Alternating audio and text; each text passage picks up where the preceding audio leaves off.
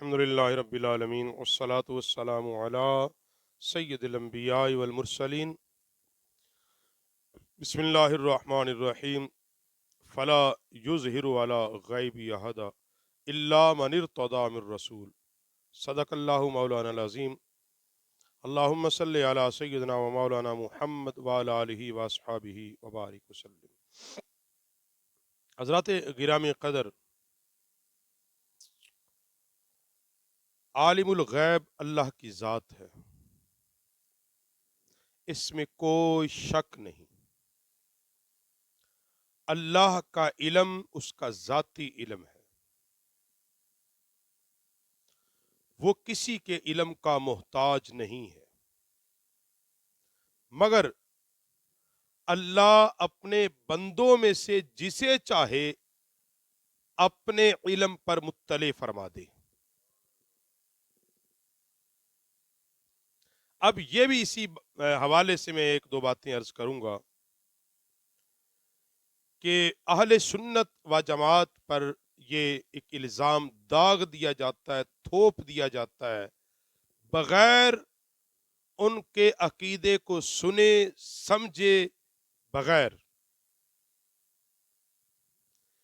اور بغیر کچھ سوچے سمجھے رٹی رٹائی تقریر سے، کہ لہٰذا یہ کہتے ہیں نبی پاک علیہ الصلوۃ والسلام کے پاس غیب کا علم ہے، لہٰذا یہ مشرک ہو گئے، لہٰذا یہ مشرک ہو گئے۔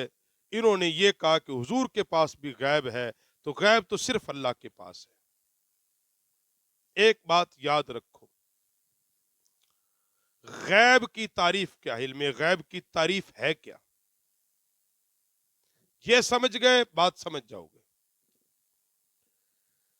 ہر وہ چیز جو تمہارے حواس سے، اپنے حواس سے جس چیز کو حاصل نہ کر سکو،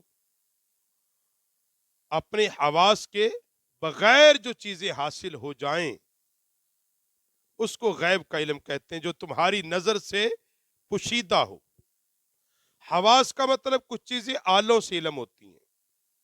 مثال، الٹرا ساؤنڈ کے ذریعے پتہ چلتا ہے ماں کے پیٹ میں بچہ ہے یا بچی ہے۔ اب یہ غیب نہیں ہے، اس کے لیے ایک آلہ استعمال ہوا ہے، ایک آلہ باقاعدہ استعمال ہوا ہے، اس کے ذریعے سے پتہ چلا ہے۔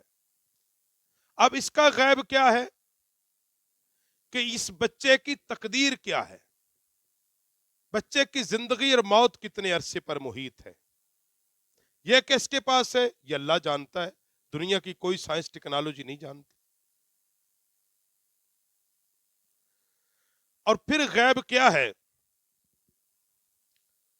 کہ وہ جو حواس اور عقل سے پورا پورا چھپا ہوا ہو، عقل بھی جس کو معلوم نہ کر سکے، حواس بھی جس کو معلوم نہ کر سکے، وہ غیب ہے۔ مثال، رنگ آنکھ دیکھتی ہے، بو ناک سونگھتی ہے، لذت زبان محسوس کرتی، آواز کان محسوس کرتے ہیں۔ اب رنگ، زبان، بو، یہ زبان کان کے لیے ایک غیب ہے۔ اب لذت کی کوئی باقاعدہ شکل نہیں ہے، وہ ایک ذائقہ ہے۔ اب اس کی کوئی شکل جو نظر آ جائے وہ غیب ہے، وہ غیب ہے۔ بو ایک ہوا ہے، اب باقاعدہ اس کی کوئی شکل دیکھ لے، یہ اس کے لیے غیب ہے۔ اب ہمارا عقیدہ کیا ہے اس کے بارے میں، علم غیب کے بارے میں؟ وہ یہ ہے کہ عالم الغیب حقیقی طور پر، ذاتی طور پر اللہ رب العالمین کی ذات ہے۔ یہ بات دھیان سے سن۔ اللہ نے اپنے رسولوں میں سے جسے چاہا غیب عطا فرما دیا۔ اللہ کے نبیوں کے پاس، صلحاء، اولیاء، کاملین کے پاس، اور بالخصوص محبوب خدا صلی اللہ علیہ وسلم کے پاس جو غیب کا علم ہے وہ اللہ کی عطا سے ہے۔ حضور کے پاس جو علم غیب ہے وہ ہم عطائی مانتے ہیں، اللہ کی عطا سے ہے، ذاتی نہیں ہے۔ اور اس کا ثبوت قرآن پاک کی آیت میں کہ فلا یظہر علی غیب احد، وہ کسی کو اپنے غیب پر مطلع نہیں کرتے، الا من ارتضی من رسول، ہاں اپنے رسولوں میں سے جس پر راضی ہو جائے، اپنے رسولوں میں سے جس پر راضی ہو جائے اس کو غیب عطا کر دیتا ہے۔ تو اگر آپ یہ کہیں کہ حضور کے پاس تو کچھ بھی نہیں، تو اللہ تو یہ کہتا ہے جس رسول پر میں راضی ہو جاتا ہوں اس کو غیب عطا کر دیتا ہوں۔ اگر حضور کے پاس کچھ بھی نہیں تو اس کا مطلب نعوذ باللہ من ذالک کفر نباشد کفر، اللہ حضور پر راضی نہیں تھے۔ اگر یہ کہیں اللہ اپنے حبیب پر راضی تھا تو اللہ تو کہتا ہے میں جس سے راضی ہوتا ہوں پھر اس کو غیب عطا فرما دیتا ہوں۔ اگر اس ایک جملے کو سمجھ لیں تو یہ جڑ سے نکل جائے گی یہ جو رٹ لگائی ہوتی ہے کہ یہ مشرک ہو گئے، نبی پاک کے پاس کچھ نہیں کچھ نہیں کچھ نہیں۔ اس ایک جملے کو سمجھ لیں کہ کیا حضور پر اللہ راضی تھا؟ جی تھا۔ اگر مصطفیٰ کریم صلی اللہ علیہ وسلم پر اللہ راضی نہیں تو کائنات کے کسی بندے پر اللہ راضی نہیں ہو سکتا، یہ بات یاد کریں۔ جی حضور علیہ الصلوۃ والسلام پر اللہ راضی تھا، بلکہ امام اہل سنت علیہ رحمہ نے تو اس سے بڑی بات کی ہے، اس سے بڑی بات کی ہے۔ وہ بات یہ کی کہ فرمایا کہ دو عالم چاہتا ہے خدا کی رضا اور خدا چاہتے ہیں رضائے محمد۔ وہ تو یہ عقید فرمایا کہ تو اللہ تو حضور کی رضا چاہ رہے، تو رضا اللہ جب حبیب پر راضی ہو گیا تو اللہ فرماتا میں جس پر راضی ہوتا ہوں پھر اس کو غیب بھی الا من ارتضی من رسول، اپنے رسولوں میں سے جس پر چاہوں۔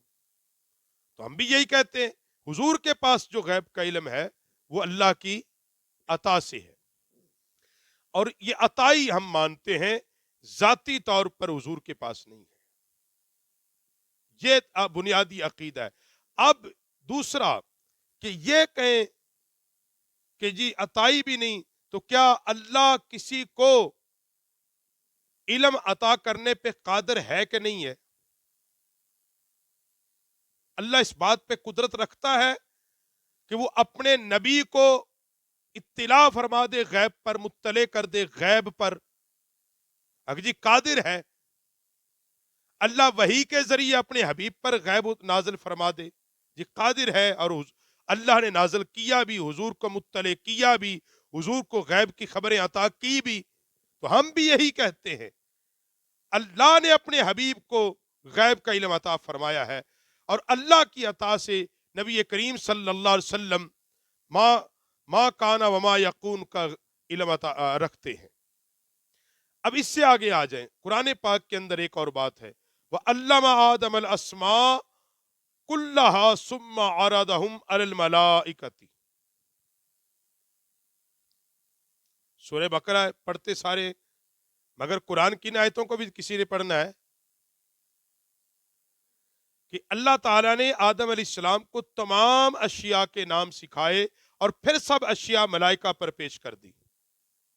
اب یہ پورا رکوع ہے، میں نے یہ ایک آیت پڑھی ہے قرآن پاک کی کہ آدم علیہ السلام کو فرشتوں پر جو فضیلت عطا کی اس کی وجہ کیا نکالی؟ علم، کہ جب فرشتوں نے اعتراض کیا اللہ تو اس کو بنائے گا، یہ قتل و غارت گری کرے گا، فتنہ فساد کرے گا، تیری تسبیح تو ہم کر رہے ہیں، عبادت تیری ہم کر رہے ہیں، کیا عبادت کی ضرورت؟